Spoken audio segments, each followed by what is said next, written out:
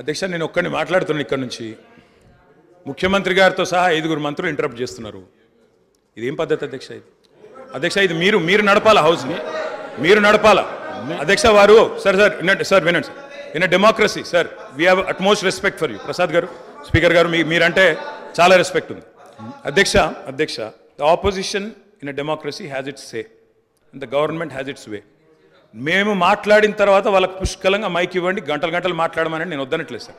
కానీ ఈ రకంగా ఒక వ్యక్తి మాట్లాడుతుంటే, ఒక సభ్యుడు మాట్లాడుతుంటే ముఖ్యమంత్రి గారితో సహా 5 మంత్రులు లేచి ప్రభాకర్ గారు, దామోదర్ గారు, శ్రీధర్ బాబు గారు, బట్టి గారు, ముఖ్యమంత్రి గారు అందరూ మాట్లాడితే సార్ ఎన్ఆర్ఐలు నాన్ రిలయబుల్ ఇండియన్స్ అన్నారు. మరి ప్రపంచవ్యాప్తంగా ఉన్న ఎన్ఆర్ఐలు గమనించాలా. కాంగ్రెస్ పార్టీకి ఎన్ఆర్ఐల మీద ఉన్న గౌరవం, ఎన్ఆర్ఐల పట్ల ఉన్న ప్రేమ, గౌరవం ముఖ్యమంత్రి గారికి ఉన్న ప్రేమ గమనించాలని నేను కోరుతా ఉన్నా. ఇంకొక మాట అధ్యక్ష, ఎన్ఆర్ఐలు అన్నారు అధ్యక్ష ఎవరు అధ్యక్ష?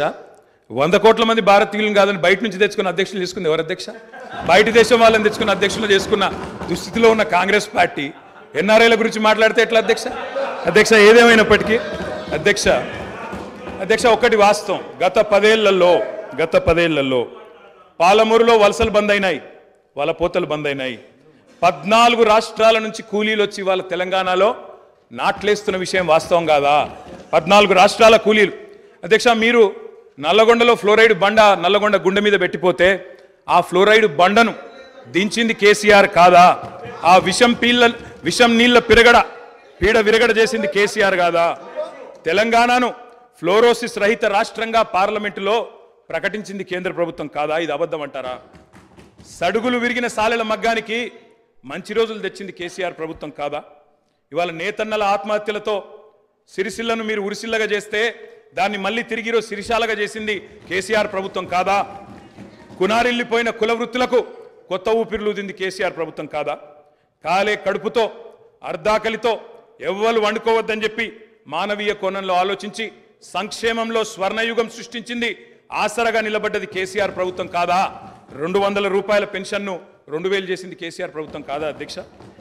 నిన్న గ్రామీణాభివృద్ధి గురించి మాట్లాడుతూ ఈ ప్రభుత్వం ప్రాపగాండాకు ఎక్కువ పెద్దపీట వేసిందన్నారు అధ్యక్ష.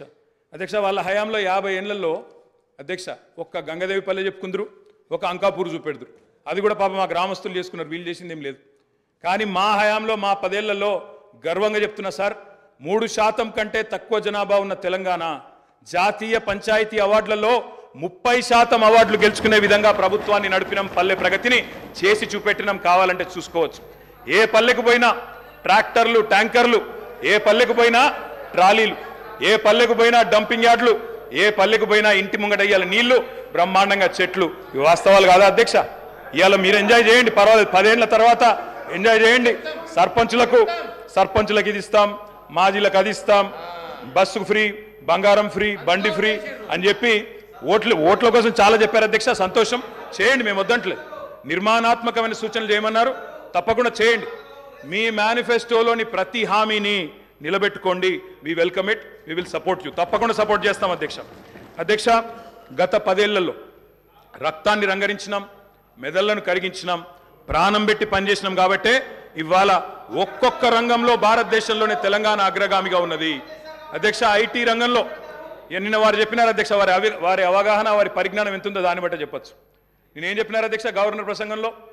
ఐటీఐఆర్ వచ్చి ఉంటే ఏదో జరిగి ఉండేది. అసలు ఐటీఐఆర్ అంటే అక్కడ కూర్చున్న వాళ్ళు ఒక్కరికైనా తెలుసా అధ్యక్ష? అసలు అది ఏందో తెలియదు అధ్యక్ష. నేను అడుగుతా ఉన్నా, ఇన్ఫర్మేషన్ టెక్నాలజీ ఇన్వెస్ట్మెంట్ రీజన్ ఏం చెప్పిన అధ్యక్ష? అందులో ఇన్ఫర్మేషన్ టెక్నాలజీ ఇన్వెస్ట్మెంట్ రీజన్ ప్రపోజల్లో 2013లో ఆనాడు యూపీఏ ప్రభుత్వం పెట్టినప్పుడు ఏం చెప్పారు అధ్యక్ష? అందులో ఐటీఐఆర్ అనేది కనుక వస్తే 2035వ సంవత్సరం కల్లా, 2035 అంటే ఇంకా 11 ఏళ్ల తర్వాత, 12 ఏళ్ల తర్వాత మనం అంటే ఉమ్మడి ఆంధ్రప్రదేశ్, ఆ రోజు ఇంకా తెలంగాణ అన్న మాట లేదు, 2013లో ఉమ్మడి ఆంధ్రప్రదేశ్గా మనం 2,09,000 కోట్ల ఎగుమతులకు చేరుకుంటాం 2035 కల్లా అని చెప్పారు ఐటీఐఆర్ ప్రపోజల్లో. కానీ అధ్యక్ష మా ప్రభుత్వ పనితీరు వల్ల, మా గౌరవ పెద్దలు కేసీఆర్ గారి పనితీరు వల్ల 2022-23 సంవత్సరానికే 2,41,000 కోట్లకు ఐటీ ఎగుమతులను చేర్చింది మా ప్రభుత్వం అధ్యక్ష. ఐటీఐఆర్ లేకున్నా కేంద్రంలో ఉన్న బీజేపీ మోకాలు అడ్డం పెట్టినా అధ్యక్ష ఆ 2035 టార్గెట్ను ఐటీఐఆర్ ఇయ్యకపోయినా సాధించిన ఘనత మా ప్రభుత్వానిది, మా నాయకుడు కేసీఆర్ది అనే మాట నేను గుర్తు చేస్తా ఉన్నా అధ్యక్ష. విషయానికి వస్తే అధ్యక్ష, ఆనాడు మీకు తెలుసు అధ్యక్ష, ఎండిన చెరువులు, ప్రాజెక్టులు కట్టలేదు, రకరకాల అవస్థలు, ఒక్కొక్క ప్రాజెక్ట్ ఎస్ఆర్ఎస్పి కానీ అప్పర్ మానేరు, నా కాన్స్టిట్యున్సీ అధ్యక్ష, అప్పర్ మానేరు అధ్యక్ష 12 ఏళ్ళకు ఒకసారి నిండేది. కుడెల్లి వాగులో మంజీరాలో నీళ్ళే వచ్చేది కాదు అధ్యక్ష. ఆనాడు ఎన్నడూ ప్రాజెక్టుల విషయంలో పెద్దగా పట్టించుకోలేదు అధ్యక్ష. మరి ఇక నేను మళ్ళీ ఎక్కువ మాట్లాడితే ఎక్కువ మాట్లాడినాను అంటారు అధ్యక్ష, నేను దాని జోలికి పోను. ఆ రోజు కాంగ్రెస్ పరిపాలనలో పరిస్థితి ఏంటంటే అధ్యక్ష, కొంతమంది రైతులది వాళ్ళ ఇంటి పేరే ఆఖరికి వ్యవసాయంలో వచ్చిన ఛాలెంజ్ల వల్ల వాళ్ళ ఇంటి పేర్లే మారిపోయిన పరిస్థితి. నల్గొండ పక్కకు మూషంపల్లి అని ఒక ఊరు ఉంటుంది అధ్యక్ష. ఆ ఊరిలో రామరెడ్డి గారు అని ఒక పెద్ద మనిషి, పాపం ఆయన 54 బోర్లేసి, బోర్లు వడక ఆఖరికి ఆయన ఊళ్ళో ఆయన పెట్టిన పేరే బోర్ల రామరెడ్డి. బొక్కబోర్ల పడ్డ రామరెడ్డి, బొక్కబోర్ల పడ్డ వ్యవసాయం, బోర్ల రామరెడ్డి ఆయన ఇంటి పేరు అయిపోయింది అధ్యక్ష. అది ఆనాడు పరిస్థితి అధ్యక్ష, చుక్క నీరు రాని పరిస్థితి. అదేవిధంగా అధ్యక్ష, మా శ్రీధర్ బాబు గారికి తెలుసు, ఆయన మంత్రిగా ఉండే ఆనాడు, నేను ఎమ్మెల్యేగా ఉంటే 2009-10లో. ఆ రోజు అధ్యక్ష వెంకటాపూర్ అనే ఊరు, ఎల్లారెడ్డిపేట మండలం, ఒక దళిత రైతు మునిగే ఎల్లయ్య అనే రైతు ఎరువుల కోసం లైన్లో నిలబడి సొమ్మసిల్లిపోయి అక్కడే మూర్ఛ వచ్చి మరణించిన పరిస్థితి. ఇది నేనేం వక్రీకరిస్తలేను, ఏం వేరే చెప్తలేను అధ్యక్ష, ఉన్న వాస్తవాలే చెప్తా ఉన్నా. ఆ రోజు మీరు మంత్రిగా ఉన్నారు అధ్యక్ష. ఇట్లా ఎన్నో ఉన్నాయి అధ్యక్ష. వారి పరిపాలనకి మా పరిపాలనకి తేడా ఏంటంటే అధ్యక్ష, ఒక సంవత్సరం కిందట మా సురభి వాణీదేవి గారు ఎమ్మెల్సీ ఎన్నికల్లో నేను ప్రచారం చేస్తూ ఉంటే అధ్యక్ష, ఒకరోజు కాలేజీల యాజమాన్యాలతో మీటింగ్ పెట్టినాను. మీటింగ్ పెట్టినప్పుడు అందరు యాజమాన్యాలు వచ్చినారు. వస్తే నేను కొద్దిసేపు ఉపన్యాసం చెప్పి, మేము బాగా పనిచేస్తున్నాం, మాకు ఓటేయండి అని చెప్పి పొద్దున బ్రేక్ఫాస్ట్ మీటింగ్. వాళ్ళందరూ చాలా గంభీరంగా ఉన్నారు సార్. గంభీరంగా ఉంటే నాకు అనుమానం వచ్చింది, వీళ్ళు ఓట్లు వేస్తారా లేదా ఏం సంగతి అని చెప్పి అక్కడ పెద్ద మనిషి దగ్గర పోయి అడిగినాను సార్. అయ్యా పెద్ద మనిషి, మరి మీరేం సార్ ఇంత సీరియస్గా ఉన్నారు, ఓటు వేస్తారా లేదా అని అడిగిన. ఆయన అన్నారు, ఒక్క నిమిషం మైక్ ఇస్తారా నాకు అన్నారు. తీసుకోండి అని చెప్పినాను సార్. ఆయన పేరు అధ్యక్ష, ఆ పెద్ద మనిషి పేరు కృష్ణారెడ్డి గారు. మన ఐతవోలోనే ఊరు, మన మహబూబ్ నగర్ జిల్లా, పూర్వ మహబూబ్ నగర్ జిల్లా, ప్రస్తుత నాగర్ కర్నూలు జిల్లా అధ్యక్ష. ఆయన గొప్ప మాట చెప్పినారు అధ్యక్ష. ఆయన ఏమన్నారంటే, నా పేరు కృష్ణారెడ్డి అండి, నేను ఎస్విఎస్ అనే మెడికల్ కాలేజ్ నడుపుతాను మహబూబ్ నగర్ జిల్లాలో. మరి ఒకప్పుడు నా ఊరిలో ఏమయ్యా కృష్ణారెడ్డి, నీ చేను ఎక్కడ ఉంది అంటే చెరువు కింద ఉంది అని చెప్పేటోన్ని, కానీ కేసీఆర్ గారి ప్రభుత్వం వచ్చిన తర్వాత నా చేను చెరువు కింద లేదు, నా చేను కిందికే చెరువు వచ్చింది అని ఆ కృష్ణారెడ్డి గారు చెప్పారు అధ్యక్ష. ఇది నేను చెప్పేదేమి అతిశయోక్తి కాదు అధ్యక్ష. కావాలంటే ఆ కృష్ణారెడ్డి గారిని పిలిపించి మీరు కూడా అడగొచ్చు, వారే చెప్తారు అధ్యక్ష. ఒక్క మాట అధ్యక్ష, ఇవాళ తెలంగాణలో పుట్ల కొద్ది పంటలు, ఎటు చూసినా ధాన్యం గుట్టలు అధ్యక్ష. ఎక్కడ పోయినా ఏ రోడ్డు కన్నా పోండి అధ్యక్ష, మీరు రాష్ట్రంలో ధాన్యం గుట్టలు, రైతుల కళ్ళం నిండా గింజలు అధ్యక్ష. రైతు కళ్ళం నిండా గింజలు ఉన్నాయి, పల్లెం నిండా మెతుకులు ఉన్నాయి సార్. దేశానికే గుమ్మిగా మారింది సార్ ఇవాళ తెలంగాణ. అన్నమో రామచంద్ర అని ఏడ్చిన తెలంగాణ అధ్యక్ష ఇవాళ దేశానికి అన్నం పెట్టే స్థాయికి వచ్చింది. ఒక మాటలో చెప్తా అధ్యక్ష, 2014లో ఆనాడు మొత్తం ప్రభుత్వం సేకరించిన ధాన్యం, సివిల్ సప్లైస్ కార్పొరేషన్ ద్వారా ఆనాడు ప్రభుత్వం సేకరించిన ధాన్యం, వరి ధాన్యం అధ్యక్ష 2014లో 2 పంటలు కలిపి, వానాకాలం యాసంగి కలిపి 24 లక్షల మెట్రిక్ టన్నులు సార్. పోయిన సంవత్సరం అధ్యక్ష 2022-23లో మరి మా ప్రభుత్వం వచ్చిన తర్వాత 10 ఏళ్ళు మేము తీసుకున్న చర్యల వల్ల మరి 1,30,00,000 మెట్రిక్ టన్నుల ధాన్యాన్ని సేకరించే స్థాయికి సివిల్ సప్లైస్ కార్పొరేషన్ ఎదిగింది అధ్యక్ష. 9 ఏళ్లలో రైతుల నుంచి 1,30,000 కోట్ల విలువ చేసే ధాన్యాన్ని కొనుగోలు చేసినాం. పంటల విస్తీర్ణాన్ని 1,31,00,000 ఎకరాల నుంచి 2,68,00,000 ఎకరాలకు చేర్చింది కేసీఆర్ గారి ప్రభుత్వం అధ్యక్ష. ఎట్లా సాధ్యమైంది అధ్యక్ష ఇది? కడుపు నిండా కరెంటు, 2 పంటలకు పెట్టుబడి, 31,000 కోట్ల రుణమాఫీ, మిషన్ కాకతీయ, ఇంకా చెప్పాలంటే చాలా ఉన్నాయి అధ్యక్ష. కొత్త గోడౌన్లు, కొత్తగా ఎన్నో కార్యక్రమాలు ఉన్నాయి. నేను అనేది ఒకటే అధ్యక్ష, మీరు మాట ఇచ్చారు, రైతు భరోసా అన్నారు. డిసెంబర్ 9 నాడే 15,000 వేస్తాం, ఒక 4 రోజుల తర్వాత ఆగితే 10,000 కాదు 15,000 పడతాయన్నారు. కేసీఆర్ ఓడిపోతే 15,000 వస్తాయన్నారు. మరి రైతులు ఎదురు చూస్తున్నారు, వేయాలనే కోరుతా ఉన్నాం. అదేవిధంగా మీరు చెప్పారు 2 లక్షల రుణమాఫీ ఏకకాలంలో సింగిల్ స్ట్రోక్ చేస్తామన్నారు. 24 గంటలు అన్నారు, 24 రోజుల్లోనే చేయమని చెప్పి రాష్ట్రంలోని లక్షలాది మంది రైతుల తరపున కోరుతా ఉన్నారు. అదేవిధంగా అప్పు లేకపోతే అర్జెంటుగా బ్యాంకుకు పోండి, 2 లక్షల వరకు లోన్ తెచ్చుకోండి అని స్వయంగా ముఖ్యమంత్రి గారు, ఆనాటి పిసిసి అధ్యక్షుడు వారే పిలుపునిచ్చినారు. ఆయన పిలుపుని అందుకొని స్ఫూర్తి తీసుకొని రైతులు లోన్లు తెచ్చుకున్నారు, ఎదురు చూస్తున్నారు. మరి వెంటనే 2 లక్షల రుణమాఫీ జరుగుతుందని. అదేవిధంగా అధ్యక్ష రైతు బీమా పెట్టాం, ఇంకా చాలా కార్యక్రమాలు చేసినాం. మీరు కౌలు రైతులకు కూడా బీమా అన్నారు, తప్పకుండా చేయండి, వీల్ వెల్కమ్ ఇట్. ఇంకొక మాట కూడా నేను చెప్తా ఉన్నా అధ్యక్ష, వ్యవసాయం విషయానికి వస్తే నాకు బాధ ఎక్కడ అనిపించిందంటే అధ్యక్ష, నిన్న గవర్నర్ ప్రసంగంలో పౌర సరఫరాల శాఖ గురించి కూడా అసత్యాలు చెప్పారు అధ్యక్ష, సత్యదూరమైన విషయాలు చెప్పారు. 56,000 కోట్ల అప్పులున్నాయి సివిల్ సప్లైస్ కార్పొరేషన్కి అని చెప్పినారు. మంత్రి గారు లేరు కానీ చెప్తాను అధ్యక్ష, ఇది శుద్ధ సత్యదూరమైన మాట అధ్యక్ష. పౌర సరఫరాల శాఖ యొక్క విధి ఏంది అధ్యక్ష? రైతుల దగ్గర ధాన్యం కొనాలి, ఎఫ్సిఐకి మిల్లింగ్ చేసి అమ్మాలి. ఈరోజు పరిస్థితి ఏంటంటే అధ్యక్ష, నేను కూడా లెక్కలు తీసుకున్నాను. పౌర సరఫరాల శాఖ దగ్గర ప్రస్తుతం ఉన్న స్టాకుల విలువ దాదాపు 30,000 కోట్ల విలువ చేసే స్టాకులు ఇవాళ పౌర సరఫరాల శాఖ దగ్గర ఉన్నాయి. రిసీవబుల్స్ అంటే కేంద్రానికి మనం ఆల్రెడీ ఇచ్చిన ధాన్యానికి విరుద్ధంగా మనకు రావాల్సిన డబ్బులు అధ్యక్ష దాదాపు 17,000 కోట్లు ఉన్నాయి. అంటే రెండు కలిపితేనే 47,000 కోట్ల రూపాయలు అయితే స్టాక్ల రూపంలో లేదా రిసీవబుల్స్ రూపంలో మీ దగ్గర ఉన్నాయి. కానీ మీరేం చేస్తున్నారు అధ్యక్ష? ఆ వీటిని చూపెట్టకుండా, రిసీవబుల్స్ని చూపెట్టకుండా, స్టాక్ యొక్క మార్కెట్ వాల్యూ చెప్పకుండా 56,000 కోట్ల అప్పులు అని చెప్తా ఉన్నారు అధ్యక్ష. అప్పులు కూడా ఎక్కడ ఉంటాయి అధ్యక్ష? సివిల్ సప్లైస్ కార్పొరేషన్కి. రైతు దగ్గర మనం పంట కొంటాం, కొన్న తర్వాత వాళ్ళకి పైసలు ఇవ్వాలి, మనం మిల్లింగ్ చేసి మళ్ళీ ఎఫ్సిఐకి ఇవ్వాలి. ఎఫ్సిఐ నుంచి పైసలు వచ్చే వరకు 4-5 నెలలు అవుతుంది సార్, అప్పుడప్పుడు 6-7 నెలలు కూడా అవుతుంది.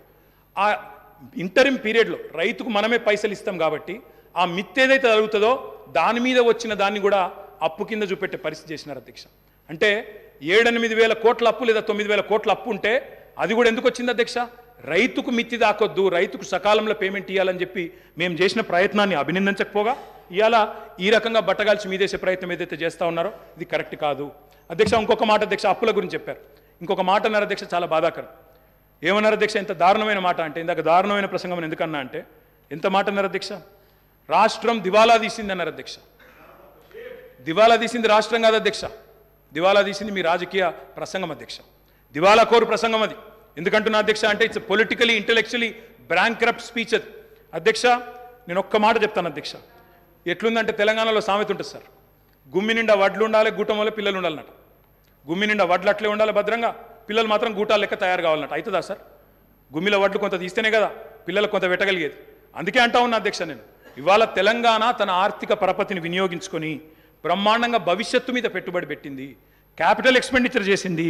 మేము ఇవాళ చేసిన ప్రయత్నం వల్ల ఏం జరిగింది అధ్యక్ష?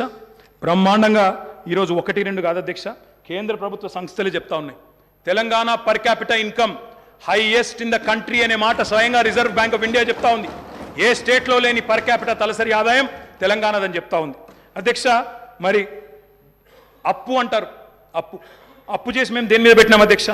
అప్పు అంటారు, ఆస్తుల గురించి చెప్పరు అధ్యక్ష. నెట్వర్త్ చూడరు, నెట్వర్త్ గురించి చెప్పరు. అప్పు చేసి మీలాగా పప్పు పిల్లలు వంచలేదు మేము అధ్యక్ష. నేను అనేది ఒకటే, శ్రీధర్ బాబు గారిని కూడా నేను కోరుతా ఉన్నా, మీరు లెజిస్లేటివ్ అఫేర్స్ మినిస్టర్గా ఉన్నారు శ్రీధర్ బాబు గారు. ఇప్పుడు టైం కేవలం 12:30 అవుతుంది. మనం ప్రజలకు సబ్జెక్ట్ ఇంతకంటే పెద్ద సబ్జెక్ట్ ఏముంటుంది అధ్యక్ష? ఇప్పుడు మీరు కావాలంటే రాత్రి 12:30 దాకా మీరు నడపండి, మేము ఇక్కడే ఉంటాం. 12:30 దాకా కౌన్సిల్ రేపు కూడా నడపండి, రేపు నడపండి సార్. మేము నడపలేదా 1 గంట వరకు రాత్రి హౌస్ నడపలేదా? శ్రీధర్ బాబు గారు మీరు లేరా? మీరు బేజారా వెళ్ళిపోయిన మధ్యలో కానీ మేము నడిపినాం, మీరు బేజారా వెళ్ళిపోయాను అధ్యక్ష.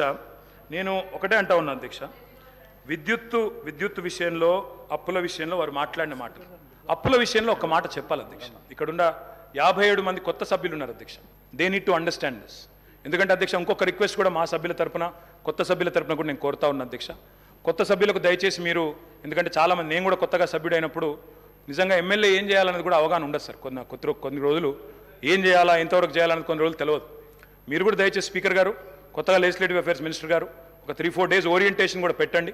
మీ సభ్యులు ఉన్నారు, మా సభ్యులు ఉన్నారు, కొత్త వాళ్ళు చాలామంది ఉన్నారు, సీనియర్లతో కొంతమందితో చెప్పించండి, వాళ్ళకు కూడా లాభం జరుగుతుంది, సభ కూడా మంచిగా నడుస్తుంది. కాబట్టి దయచేసి ఆ దిశగా మీరు కూడా ఆలోచన చేయాలని కోరుతా ఉన్నా అధ్యక్ష. అప్పులను ఎన్నడూ వేరుగా చేసి చూడడం తప్పు అధ్యక్ష. అప్పులు, ఆస్తులు జనరల్గా ఎక్కడైనా కూడా ఎట్లా చూస్తారు అధ్యక్ష అంటే డెట్ జీడిపి కలిపి చూస్తారు. డెట్ ఎంత ఉంది, అప్పు ఎంత ఉంది, జీడిపి పరిమాణం ఎంత ఉందని చూస్తారు.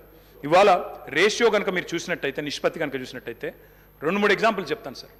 ప్రపంచంలోనే అగ్రరాజ్యం మరి అమెరికా అధ్యక్ష, మనందరికీ తెలుసు. అమెరికా యొక్క డెట్ జీడిపి రేషియో అధ్యక్ష 123%, 123%. Japan is the second largest economy in the world sir.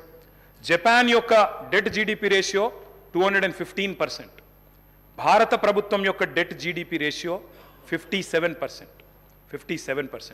Telangana యొక్క debt GSDP ratio 27.8% only.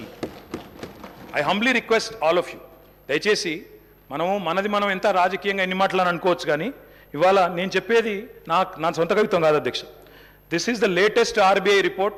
I'm happy to furnish it to all the honourable members sir. మీరు నిన్నగాక మొన్న రిలీజ్ చేశారు highest GSDP in the country 5,05,000 కోట్ల నుంచి 13,27,000 కోట్లకు పెరిగింది అని గొప్పగా మా బట్టన్న తర్వాత ముఖ్యమంత్రి గారు ఫోటో పెట్టి నిన్నగాక మొన్ననే రిలీజ్ చేసినారు.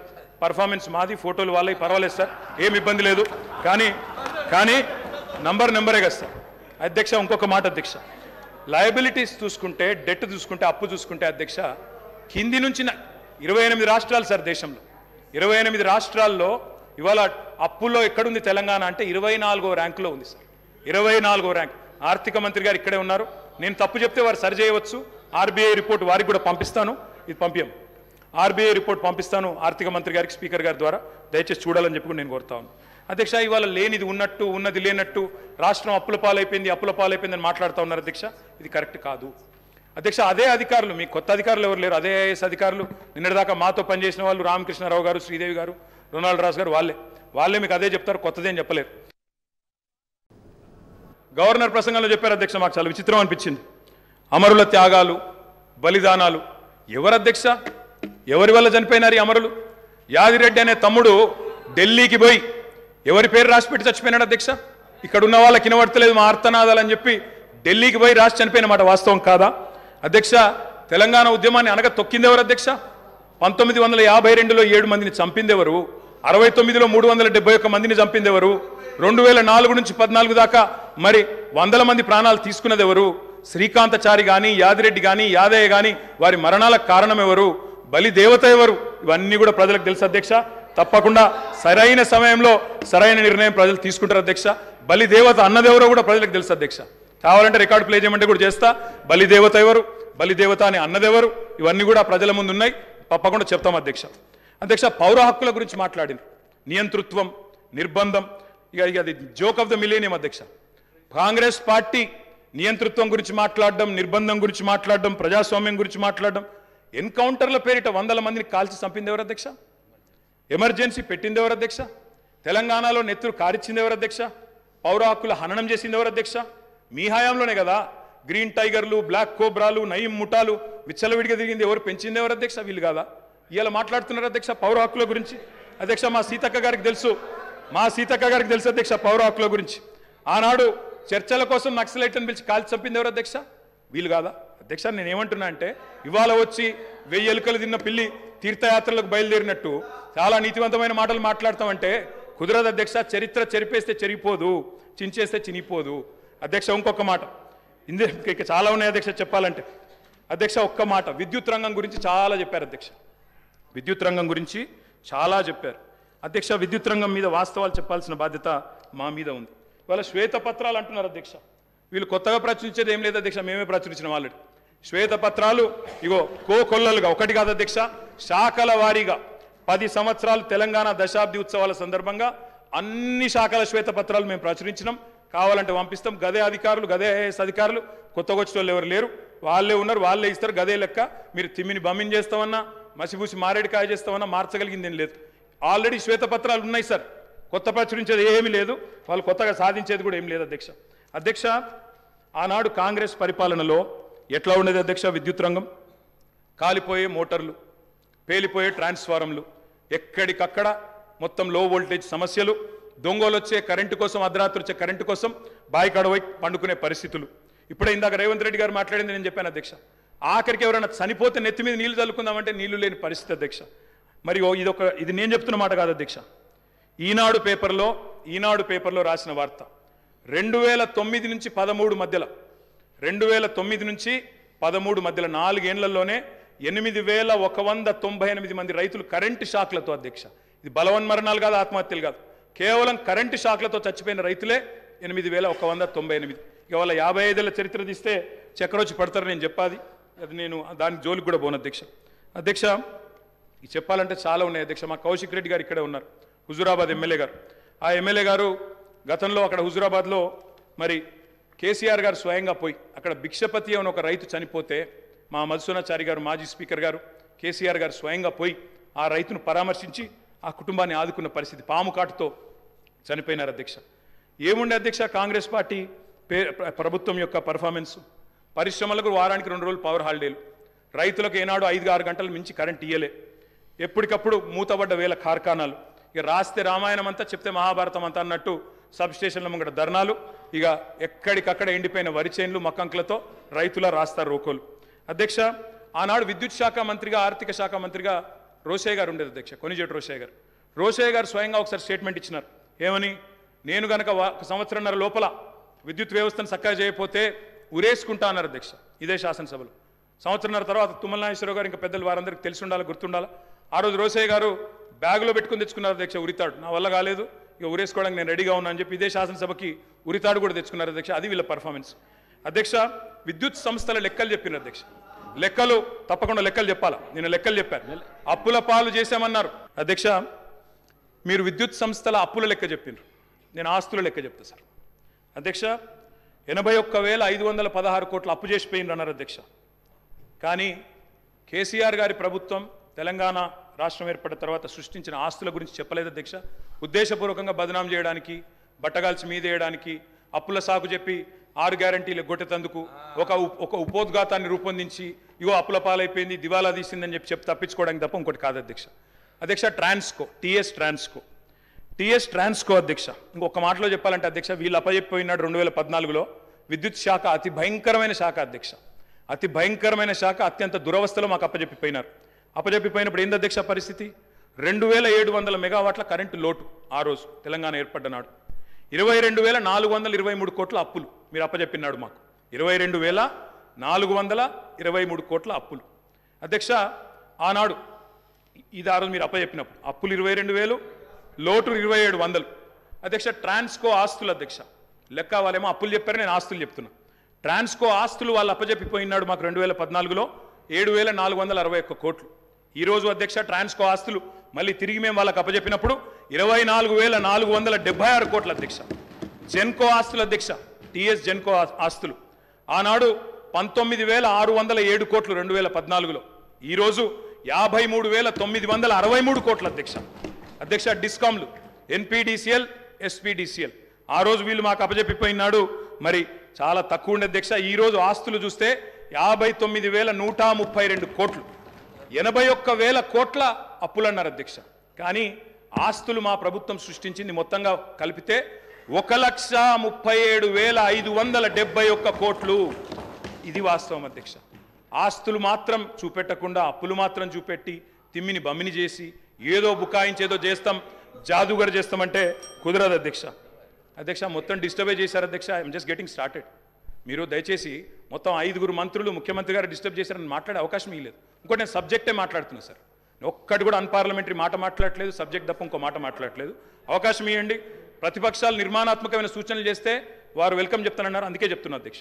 అధ్యక్ష, 4,000 మెగావాట్ల యాదాద్రి థర్మల్ పవర్ ప్రాజెక్ట్ అధ్యక్ష, దామరచెర్ల మండలం మిర్యాలగూడలో పెట్టినాము. అది రేపో మాపో కమిషన్ అవుతుంది. తప్పకుండా దాన్ని కూడా మరి పూర్తి స్థాయిలో నిర్మించాలని ప్రభుత్వాన్ని కోరుతా ఉన్నా. 1,080 మెగావాట్ల భద్రాద్రి అధ్యక్ష, దాన్ని కూడా నిర్మించాం. 800 మెగావాట్ల కేటీపీఎస్ ప్లాంట్లు మరి పూర్తి స్థాయిలో నిర్మాణం చేసినాం అధ్యక్ష. తప్పకుండా దాన్ని కూడా వారు పూర్తిగా మరి సవ్యంగా ముందుకు తీసుకొని పోవాలని కోరుతా ఉన్నా అధ్యక్ష. అధ్యక్ష, ఇంకా విద్యుత్ రంగానికే వస్తే నేను ఒక మాట అడుగుతా ఉన్నా అధ్యక్ష. అధ్యక్ష, ఉదయ్ స్కీమ్లో చేరినాం అధ్యక్ష. కేంద్ర ప్రభుత్వం ఆనాడు మమ్మల్ని అడిగింది, డిస్కామ్లు లాస్ట్లో ఉన్నాయి, ఉదయ్ అనే స్కీమ్ తెస్తున్నాము, ఆ డిస్కామ్లకు ఉన్న అప్పుల్ని మీరు స్టేట్ బ్యాలెన్స్ షీట్ మీద తీసుకోండి, మెయిన్ బడ్జెట్లో తీసుకోండి అంటే ఆనాడు స్టేట్ బడ్జెట్ మీద మీరు వదిలిపెట్టిపోయిన అప్పుల్ని 11,000 కోట్ల అప్పులు డిస్కామ్లకు ఉంటే వాటిని తీసుకోవడమే కాకుండా 9,000 కోట్లు చెల్లించిన ఘనత కేసీఆర్ గారి ప్రభుత్వం అనే మాట వారికి నేను విజ్ఞప్తి చేస్తా ఉన్నా అధ్యక్ష. మేము ఆశించింది ఒకటి అధ్యక్ష, నిన్న గవర్నర్ ప్రసంగం నుంచి, కానీ అక్కడ వారు నిన్న విన్నది ఒకటి అధ్యక్ష. గవర్నర్ ప్రసంగం పూర్తిగా అసత్యాలు, అభూత కల్పనలు, తప్పుల తడక అని చెప్పడానికి నేను బాధపడతా ఉన్నా. ఇట్లాంటి గవర్నర్ ప్రసంగం వినడానికి ఒక సభ్యుడిగా సిగ్గుపడతా ఉన్నా అధ్యక్ష. ఎందుకంటే ఇంత దారుణమైన అపసవ్యపు ప్రసంగం ఇదివరకు రాష్ట్ర శాసనసభ చరిత్రలో రెండు కూడా విని ఉండవు అధ్యక్ష. ఒక్క మాటలో చెప్పాలంటే అధ్యక్ష, 1000 ఎలుకలు తిన్న పిల్లి కదా తీర్థయాత్రలకు బయలుదేరినట్టు చేయాల్సిన దారుణం అంతా చేసి ఘాతకాలని చేసి చాలా అద్భుతమైన ఉపన్యాసం కేవలం 10 సంవత్సరాలు ప్రభుత్వం నడిపిన వాళ్ళ మీద నెపాన్ని నెట్టే ప్రయత్నం ఏదైతే కాంగ్రెస్ ప్రభుత్వం చేసిందో అధ్యక్ష, దీన్ని నేను పూర్తి స్థాయిలో తూర్పారబడుతున్నాను, తప్పుపడతా ఉన్నాను అధ్యక్ష. అధ్యక్ష, ఈ దారుణమైన గవర్నర్ గారి ప్రసంగం చూసిన తర్వాత, గవర్నర్ గారి దారుణమైన ప్రసంగం చూసిన తర్వాత కాంగ్రెస్ పరిపాలనలో రాష్ట్ర భవిష్యత్తు రాబోయే 5 ఏళ్ళు ఎట్లా ఉండబోతుందో చాలా స్పష్టంగా నిన్న పూర్తి స్థాయిలో మాకు అర్థమైంది అధ్యక్ష, రాష్ట్ర ప్రజలకు కూడా అర్థమైందని నేను అనుకుంటా ఉన్నా అధ్యక్ష. అయినప్పటికీ వాస్తవాలు, ప్రధాన ప్రతిపక్షంగా వాస్తవాలు ప్రజల ముందు పెట్టాల్సిన బాధ్యత మా ముందు ఉంది అధ్యక్ష. కాబట్టి తప్పకుండా అవన్నీ కూడా చెప్తాను అధ్యక్ష. అధ్యక్ష, మా జగిత్యాలకు సంబంధించిన కవి గారు అలిశెట్టి ప్రభాకర్ గారు ఒక మాట అన్నారు అధ్యక్ష. ఒక నక్క, ఇది ఆయన కవితను కోట్ చేస్తున్నాను అధ్యక్ష, ఒక నక్క ప్రమాణ స్వీకారం చేసిందట ఇంకెవరిని మోసగించనండి. ఒక పులి పశ్చాత్తాపం ప్రకటించిందట తోటి జంతువుల్ని సంహరించినందుకు. అట్లా ఉంది అధ్యక్ష. ఒక మాటలో చెప్పాలంటే ఈ గవర్నర్ గారి ప్రసంగం అదే రకంగా అనిపించింది తప్ప అందులో అసత్యాలు, సత్యదూరమైన మాటలు తప్ప వాస్తవాలు మాత్రం ఒక్కటి కూడా లేదు అధ్యక్ష. అధ్యక్ష, నిన్న చాలాసార్లు ప్రస్తావన చేసినారు గత ప్రభుత్వం అంటూ. అక్కడున్నా, అక్కడ ఉన్నా, ఇక్కడ ఉన్నా, ఎక్కడ ఉన్నా అధ్యక్ష మేము ప్రజాపక్షమే. తప్పకుండా తెలంగాణకు ఎన్నటికీ స్వపక్షమే, కాంగ్రెస్ ప్రభుత్వానికి ఎన్నటికైనా విపక్షమే అధ్యక్ష. తప్పకుండా ప్రజల తరపున గొంతు విప్పుతాం. అందుకే గతంలోని వారి పరిపాలన ఎట్లా ఉందో ఒక్కసారి తప్పకుండా అద్దం చూపెట్టవలసిన బాధ్యత ప్రధాన ప్రతిపక్షంగా మా మీదనే ఉంది అధ్యక్ష. అధ్యక్ష, ఎట్లుండే అధ్యక్ష 2014 ముందు తెలంగాణ ఘనత వహించిన వీరి ప్రభుత్వంలో ఎట్లుండే అధ్యక్ష? పడావుబడ్డ భూములు, పాడుబడ్డ ఇండ్లు, ఆకలి కేకలు, ఆత్మహత్యలు. వారు మొదటిసారి ప్రభాకర్ అన్న మొదటిసారి శాసనసభకు వచ్చిండ్రు, మొదటిసారి మంత్రి అయినారు అధ్యక్ష. కాబట్టి కొద్దిగా తొందరపడకండి అధ్యక్ష, చరిత్ర చాలా ఉంది. తప్పకుండా మా తాతలు నేతులు దాగినరు, మా మూతుల వాసన చూడండి అంటే కుదరదు. కేవలం క్రెడిట్ మాత్రమే మేము తీసుకుంటాం. మేము నాగార్జున సాగర్ కట్టినాం, శ్రీశైలం కట్టినాం, కానీ మొత్తం మిగతాయి మాత్రం అన్యాయం అంతా వేరే ఖాతాలో దోస్తామంటే కుదరదు అధ్యక్ష. బరాబర్ చెప్తాం, ప్రధాన ప్రతిపక్షంగా ప్రజల తరపున బరాబర్ లెక్కలు చెప్తాం. బరాబర్ కాంగ్రెస్ పార్టీ యొక్క ఏమేమి దురాగతాలు ఉన్నాయో అవన్నీ చెప్పవలసిన బాధ్యత మా మీద ఉన్నది. బరాబర్ చెప్తామని చెప్పి కూడా నేను తెలియజేస్తా ఉన్నా అధ్యక్ష. పడావుబడ్డ భూములు, పాడుబడ్డ ఇండ్లు, ఆకలి కేకలు, ఆత్మహత్యలు, వలసలు, కరువులు, కర్ఫ్యూలు, ఎన్కౌంటర్లు, కరెంటు కోతలు, కటిక చీకెట్లు, నెర్రెలు బారిన నేలలు, నెత్తురు గారిన నేలలు. ఇదే కదా ఆనాటి మీ గొప్ప ఘనత వహించిన ప్రభుత్వంలో ఆనాడు మీరు చూపెట్టిన అద్భుతాలు ఇవే కదా అధ్యక్ష. ఒక్క మాటలో చెప్పాలంటే అధ్యక్ష, వీళ్ళ పాలనలో తాగునీటికి దిక్కులేదు, సాగునీటికి దిక్కులేదు, కరెంట్ అనేది అడ్రస్సే లేదు. ఇక ఇది వీళ్ళ పాలన అధ్యక్ష. 50 ఏళ్ళు పరిపాలించి అధ్యక్ష, ఇక్కడ కూర్చున్న సభ్యులు ఆలోచన చేయాలి అధ్యక్ష. రాజగోపాల్ రెడ్డి గారు చేస్తున్నారు. నల్లగొండలో ఫ్లోరోసిస్ తప్ప ఏమిచ్చింది అధ్యక్ష? వీళ్ళు నల్లగొండలో ఫ్లోరోసిస్తో 1,00,000 మంది నడుములు వంగరబోతుంటే మునుగోడు నియోజకవర్గంలో ఒక్కసారి నాకు ఒక కాంగ్రెస్ సభ్యుడు మాట్లాడింది అధ్యక్ష. సబ్జెక్టే మాట్లాడుతున్న అధ్యక్ష. తర్వాత సభ్యుడికి ఇష్టం వచ్చినంత టైం ఇవ్వండి, మాట్లాడినివ్వండి, మాకు అభ్యంతరం. ఐఎమ్ నాట్ ఈల్డింగ్ అధ్యక్ష. నల్లగొండలో ఫ్లోరైడ్ బాధలు, దేవరకొండలో పసిపిల్లల అమ్మకాలు, పాత బస్తీలో మైనారిటీ తీరని బాలికల వివాహాలు, మహబూబ్ నగర్లో గంజి కేంద్రాలు, పాలమూరు నుంచే 14 లక్షల మంది వలసలు ప్రతి సంవత్సరం. అధ్యక్ష, ముఖ్యమంత్రి రేవంత్ రెడ్డి గారి సొంత నియోజకవర్గం కొడంగల్లో ప్రతిరోజు 2 బస్సులు అధ్యక్ష బొంబాయికి పోయేది. కొడంగల్లో, నారాయణపేటలో, మక్తల్లో ప్రతిరోజులు 2 బస్సులు. అదేవిధంగా అధ్యక్ష, ఆ బస్టాండ్కు పోతే ఆ వలసలను చూసి సలసల కాగే కన్నీళ్లను గారుస్తూ ఆ భార్యా పిల్లల ఏడుపులు. అదేవిధంగా 50 ఎకరాలు ఉన్న రైతైనా సరే అధ్యక్ష, తెలంగాణలో ఆనాడు కాంగ్రెస్ పరిపాలన ఎంత గొప్ప పరిపాలన అంటే అధ్యక్ష, మహబూబ్ నగర్లో 50 ఎకరాలు ఉన్న రైతైనా సరే గుంపు మేస్త్రిగా పనిచేసే దుస్థితి అధ్యక్ష. హైదరాబాద్కి వచ్చి కూలీ చేసుకునే దుస్థితి. ఇది వాస్తవం అధ్యక్ష, వారికి కూడా తెలుసు. ఒక్క మాటలో చెప్పాలి అంటే ఏంటంటే మేము వాస్తవాలు చెప్తుంటే వాళ్ళకి బాధ అవుతుంది. అభ్యుదయం అంటే అర్థం తెలియని వాళ్ళు ఇవాళ అవాస్తవాలు చెప్తుంటే మేము చూస్తా కూర్చోవాలన్నా సార్. నిజాలు చెప్పాల్సిన బాధ్యత మా మీద ఉన్నది అధ్యక్ష. వారు చెప్పారు నిన్న మేము 2 గ్యారంటీలు అందులో చెప్పినారు. ఏది గవర్నర్ గారి ప్రసంగంలో 2 గ్యారంటీలు ఆల్రెడీ అమలు చేసినామన్నారు అధ్యక్ష. ఇది అధ్యక్ష, వాళ్ళు ఇచ్చిన 6 గ్యారంటీలు ఇవి. ఇక్కడ కూర్చున్న ముఖ్యమంత్రి గారు సంతకం పెట్టినరు, ఉప ముఖ్యమంత్రి గారు కూడా సంతకం పెట్టినరు. 6లో 2 అమలైపోయినాయి అన్నారు అధ్యక్ష. ఏంది అధ్యక్ష? మహాలక్ష్మిలో ఏం చెప్పినరు? ప్రతి నెల మహిళలకు 2500 రూపాయలు, 500 రూపాయలకే సిలిండరు, ఉచిత బస్సు ప్రయాణం. అదేవిధంగా చేయూత అని ఇంకోటి ఉంది అధ్యక్ష, 4000 రూపాయల నెలవారీ పెన్షన్. అదేవిధంగా 10 లక్షల రాజీవ్ ఆరోగ్యశ్రీ. బయటనేమో పోస్టర్లు వేసుకున్నారు, 2 రోజుల్లోనే 2 గ్యారంటీలు చేసినాం. అధ్యక్ష ఏం చేసిండ్రు అధ్యక్ష? మహాలక్ష్మిలో ఉచిత బస్సు ప్రయాణం అనేది అంటే 3వ వంతు, ఆ 3వ వంతు కూడా మొత్తం చేయలే. సూపర్ లగ్జరీ కూడా ఫ్రీ అని పెట్టిండ్రు ఇచ్చినప్పుడు గ్యారంటీ కార్డుల మీద. ఇచ్చింది మాత్రం ఈరోజు పల్లె వెలుగు, సిటీ బస్సులు, ఆర్డినరీ బస్సులు, ఎక్స్ప్రెస్ బస్సులు తప్ప లగ్జరీ లేదు, గరుడ లేదు. అధ్యక్ష ఇంకోటి మరి నేను అడుగుతా ఉన్న, రాష్ట్రంలోని మహిళలందరి తరపున ఎవరైతే మీకు ఓటేసినారో వారందరి తరపున, ఓటు వేయని వారి తరపున కూడా అధ్యక్ష ఈ 2500 రూపాయలు మహిళలకు ఇచ్చే కార్యక్రమం, రాష్ట్రంలోని మహాలక్ష్మి కార్యక్రమం 1.5 కోటి ఆడబిడ్డలు ఎదురు చూస్తూ ఉన్నారు. 1.5 కోటి మంది ఆడబిడ్డలు ఎదురు చూస్తూ ఉన్నారు. మా ఖాతాల్లో 2500 రూపాయలు ఎప్పటి నుంచి పడతాయి? 100 రోజుల్లో పూర్తి చేస్తామన్నారు. మార్చి 17 మీకు కౌంట్ డౌన్ స్టార్ట్ అయింది. డిసెంబర్ 7 స్టార్ట్ అయింది. మార్చి 17కు 100 రోజులు నిండుతుంది. ఆ 100 రోజుల లోపల 1.5 కోటి మంది మహిళల ఖాతాల్లో 2500 వేస్తారా అయ్యారా? 90 లక్షల తెల్ల కార్డులు ఉన్నాయి. 90 లక్షల తెల్ల కార్డులకు మరి సిలిండర్ ఇస్తారా అయ్యారా? చూస్తాం అధ్యక్ష. ఇస్తే స్వాగతిస్తాం, తప్పకుండా ఇస్తే వి వెల్కమ్ ఇట్. ఇవ్వాలనే కోరుతున్నాం, తప్పకుండా ఇవ్వాలని కోరుతున్నాం. అధ్యక్ష అధ్యక్ష అధ్యక్ష ఇక్కడ చెప్పారు I'm not yielding sir, I'm not yielding sir. చేయూత కింద చెప్పారు అధ్యక్ష, 4000 రూపాయలు ఇస్తామన్నారు నెలకు. డిసెంబర్ 9 నుంచే స్టార్ట్ చేస్తా అని రేవంత్ రెడ్డి గారు స్వయంగా చెప్పినారు. నేను వారిని ఇంకా రేవంత్ రెడ్డి గారే అంటున్నాను. కల్వకుంట్ల చంద్రశేఖర్ రావు అనే ఏకవచనంతో ఆయన మాట్లాడినా నేను రేవంత్ రెడ్డి గారని అంటే అధ్యక్ష, ఎందుకంటే మాకు ఆ ఇంగితం ఉంది, ఆ సంస్కారం ఉంది. ఎందుకంటే ముఖ్యమంత్రి అనే పదవి వ్యక్తిది కాదు అధ్యక్ష. నేను అందుకే అంటా ఉన్నా అధ్యక్ష, సంస్కారం అనేది రావాలి అధ్యక్ష, స్వతహాగా నేర్పితే రాదు అధ్యక్ష. ఇంకో మాట చెప్తా ఉన్నా అధ్యక్ష, 2 గ్యారంటీలు 10 లక్షల ఆరోగ్యశ్రీ. ఇక్కడ హరీష్ రావు గారు ఉన్నారు అధ్యక్ష. హరీష్ రావు గారు వైద్య ఆరోగ్య శాఖ మంత్రిగా ఉన్నప్పుడే 10 లక్షల ఆరోగ్యశ్రీ మేము అమలు చేసి సంవత్సరం దాటిపోయింది సార్. అది వారికి తెలియదన్న విషయం తెలియదు, తెలుసుకునే ప్రయత్నం చేయరు, అవగాహన లేదు, అనుభవం లేదు. ఇక నడుస్తూ ఉంది అధ్యక్ష. ఢిల్లీ నుంచి నామినేట్ అయి వస్తే గట్లే ఉంటుంది అధ్యక్ష. అధ్యక్ష 2 గ్యారంటీలు అమలు చేసినాం అనేది అచ్చు తప్పు. 2 గ్యారంటీల్లో మీరు అమలు చేసింది పావలా వంతు కూడా కాదు. ఇది ప్రజలను మభ్యపెట్టడమే, బుకాయించడమే తప్ప ఇంకోటి కాదు. ప్రజావాణి ప్రారంభించినాం. ప్రజావాణి కొత్తగా ప్రారంభించేది ఏంటి అధ్యక్ష?